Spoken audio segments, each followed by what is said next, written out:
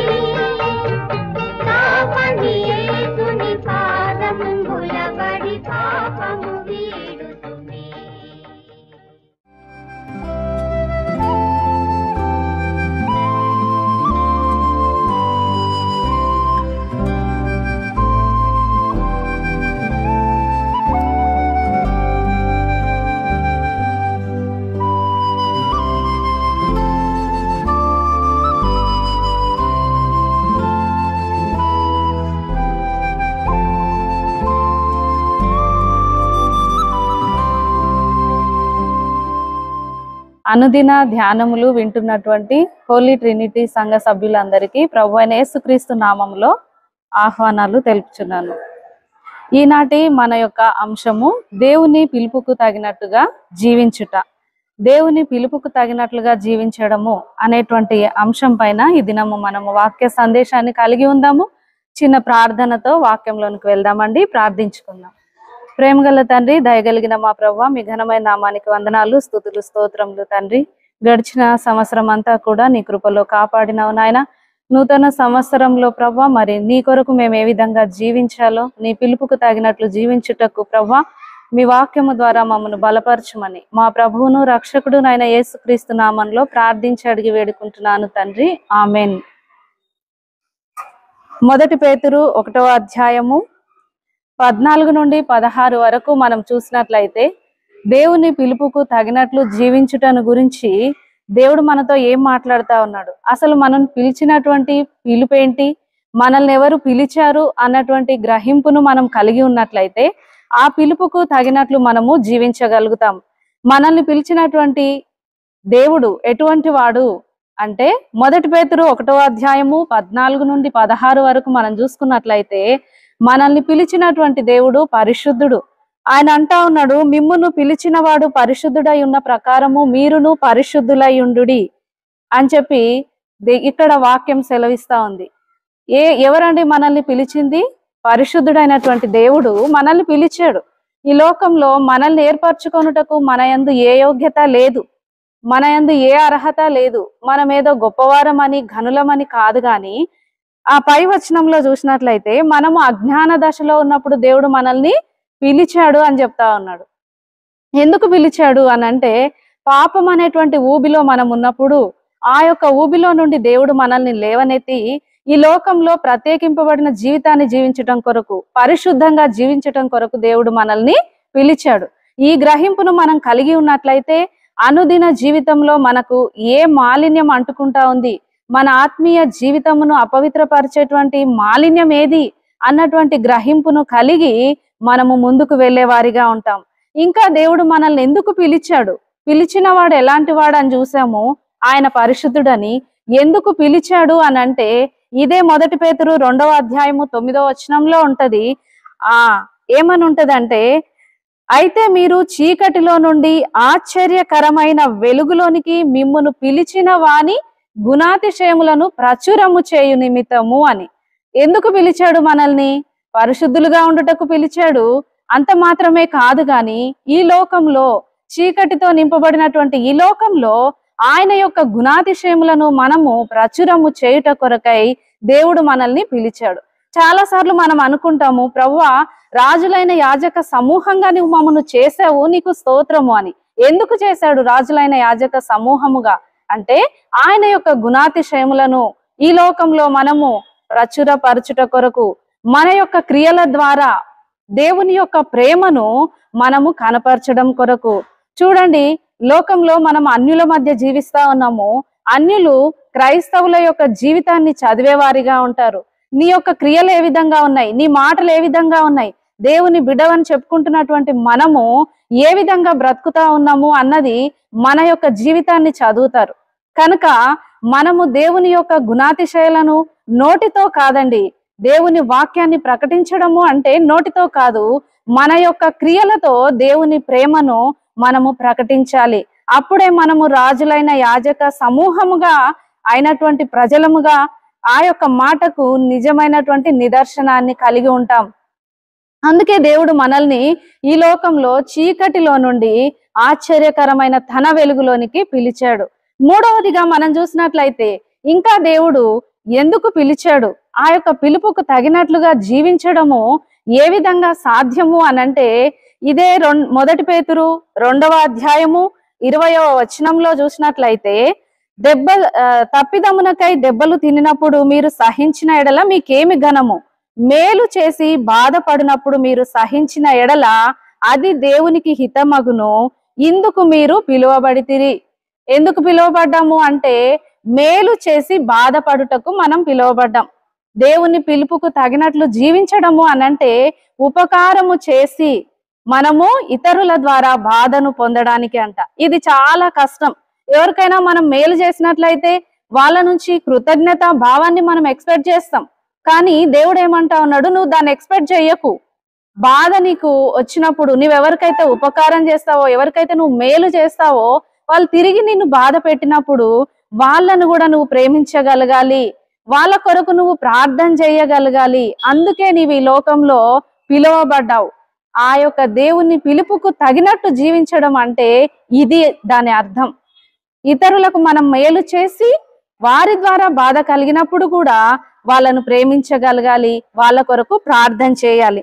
ఇంకొక మాట ఉంటది పేతురులోనే 3వ అధ్యాయము 1 పేతురు 3వ అధ్యాయము మరి 9వ వచనంలో చూసినట్లయితే, ఆశీర్వాదమునకు వారసులగుటకు దేవుడు మిమ్మల్ని పిలిచాడు, మీరు పిలువబడితిరి అని ఉంటది. దేని కొరకు మనం పిలువబడ్డామంటే ఆశీర్వాదమునకు వారసుల మగుటకు పిలువబడ్డాం. ఆ యొక్క పిలుపు పిలుపుకు తగినట్లు జీవించడం. మన జీవితంలో నిజంగా ఆశీర్వాదాలు ఉన్నాయా? నిజమైనటువంటి ఆశీర్వాదాలు మనం పొందుకోవాలి అని అంటే ఆత్మీయంగా నలగొట్టబడుతున్నటువంటి అనుభవం గుండా మనం వెళ్ళాలి.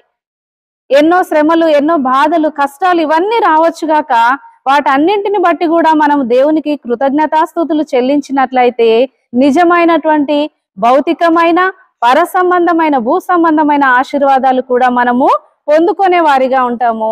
అందుకే దేవుడు మనల్ని పిలిచాడు. ఆ యొక్క పిలుపుకు తగినట్లు మనం జీవించినట్లయితే మన జీవితంలో ఆశీర్వాదాలు మెండుగా పొందుకుంటాం. చివరిగా 2 పేతురు 1వ అధ్యాయము 10వ వచనంలో చూసినట్లయితే, అందువలన సహోదరులారా మీ పిలుపును ఏర్పాటును నిశ్చయము చేసుకొనుటకు మరి జాగ్రత్త పడుడి. మన పిలుపును, మన యొక్క ఏర్పాటును మనం నిశ్చయం చేసుకోవాలి.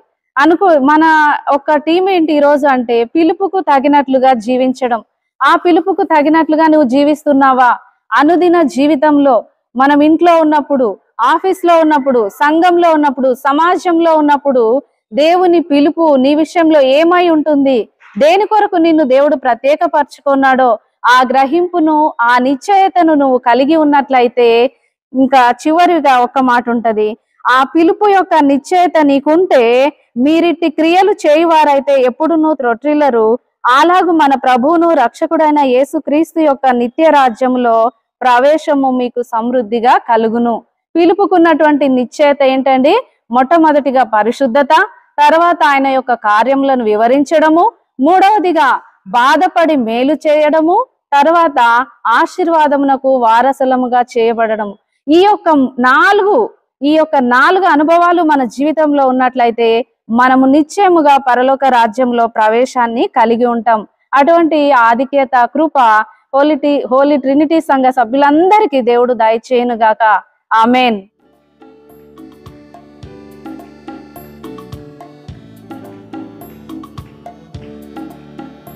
ప్రభునకు తగినట్లు పృథివిలో ప్రియుడా పదిలముగా జీవించవా.